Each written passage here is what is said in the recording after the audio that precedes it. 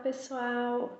Hoje, finalmente, nós vamos falar da psicologia positiva, da ciência da felicidade. E ela é uma nova teoria da personalidade que retoma essa questão do potencial humano, certo? E aí, antes de eu começar a falar o que é a psicologia positiva, o que é então essa ciência da felicidade, eu vou começar falando o que ela não é, porque existe muita confusão aí com esse nome, psicologia positiva. Então, primeira coisa, o que a psicologia positiva não é? Ela não é autoajuda. Então, o material produzido pelas pesquisas em psicologia positiva, pelas teorias, pelos autores com os quais nós trabalhamos, elas são embasadas cientificamente. O que isso significa? Significa que foram feitas muitas pesquisas para que a gente pudesse afirmar as coisas que afirmamos e para que pudéssemos produzir essas teorias.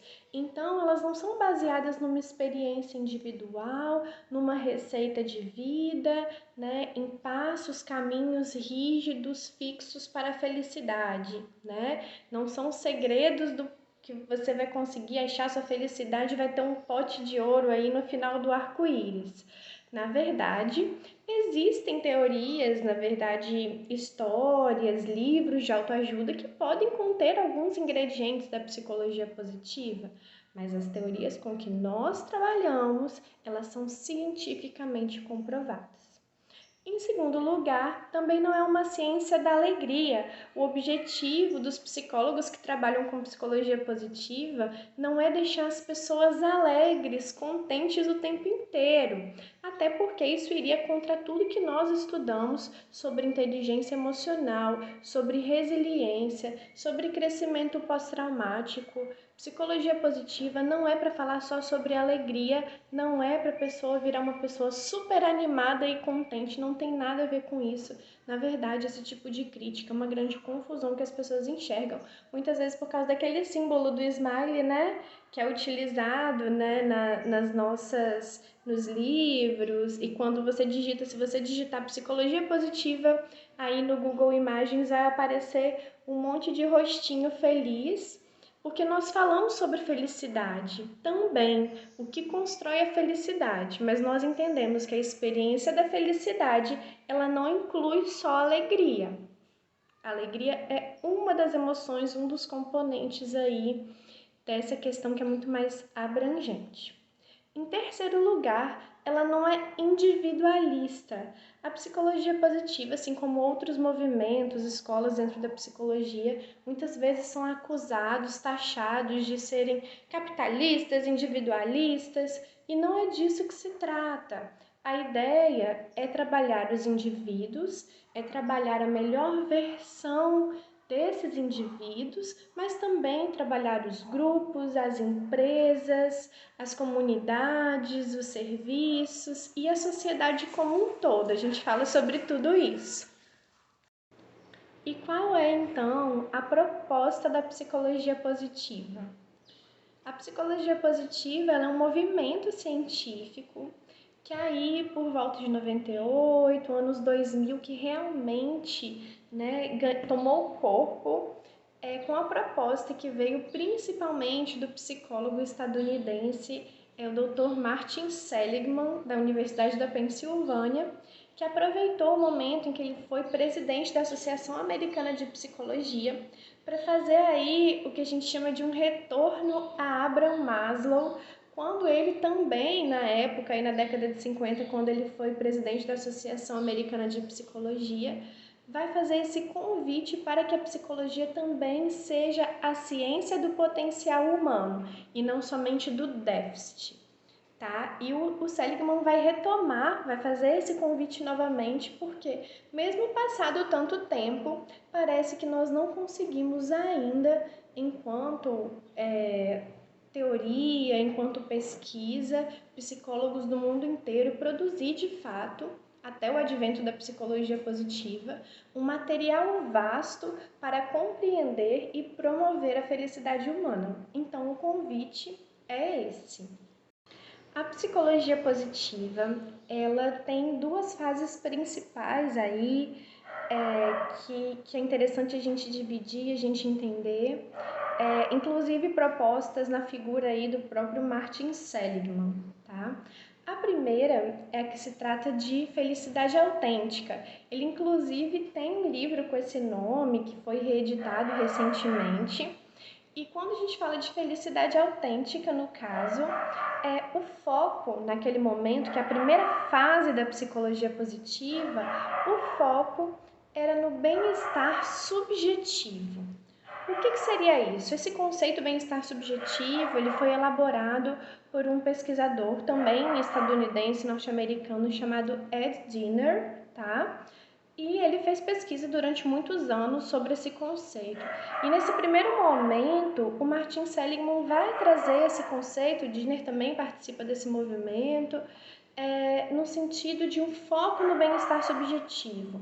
E o que seria, então, esse bem-estar subjetivo? Seria o quanto que uma pessoa se sente satisfeita com a própria vida, numa dimensão cognitiva, o quanto a pessoa entende que a vida dela é satisfatória, e por outro lado, em compreender uma balança aí de afetos positivos e negativos. E nesse caso, o objetivo da psicologia positiva, então, seria ter intervenções, promover técnicas, ter ferramentas que aumentassem aí os afetos positivos das pessoas em relação aos negativos, que deixasse isso mais balanceado. Nessa teoria, a gente entende que durante o cotidiano, por exemplo, durante a semana de uma pessoa, ela deveria experimentar durante o seu dia, sua semana, na balança, mais afetos positivos do que negativos. Isso deixaria ela mais protegida, por exemplo, de ter doenças psicossomáticas, de ter problemas relacionados à saúde mental, emocional. Mas o Seligman, com o tempo, e os outros colaboradores, estudiosos dessas temáticas, começam a observar que isso ainda não é o bastante. Balancear emoções positivas e negativas e a satisfação com a vida em si é uma perspectiva mais hedonista, ainda focada no prazer. E aí ele vai propor, então, juntando outras microteorias aí que envolvem a ciência psicológica positiva, a teoria do florescimento humano. Ele tem um livro que se chama Florescer, que vai trazer essa segunda fase aí da psicologia positiva e vai falar sobre a teoria do florescimento, onde a gente vai entender a felicidade em 5 dimensões. Nessas 5 dimensões, a primeira seriam as emoções positivas, que é isso que eu estava falando do bem-estar subjetivo. Então, o quanto que se consegue balancear emoções positivas e negativas na vida de uma pessoa. Mas não seria isso, seria uma das dimensões. Em segundo lugar, então, a gente tem o engajamento, que seria essa capacidade de se engajar, de se entregar por inteiro a atividades específicas, trabalho, tarefas, causas, relacionamentos, e que engloba aí um conceito que a gente vai falar depois, que se chama flow, que é o estado de fluxo, quando nós estamos participando de uma tarefa completamente imersos e ativos ao mesmo tempo nessa tarefa. Em terceiro lugar, uma terceira dimensão para a gente avaliar a felicidade e também que ajuda a pensar técnicas para promover essa felicidade são os relacionamentos, né? Então, como que acontecem esses relacionamentos, a questão da resiliência social, as habilidades de comunicação e tudo que envolve a dimensão relacional. Em quarto lugar, o sentido. Alguém se lembra do sentido aí que a gente já conversou nas outras aulas, né? Falando um pouco sobre logoterapia do Viktor Frankl.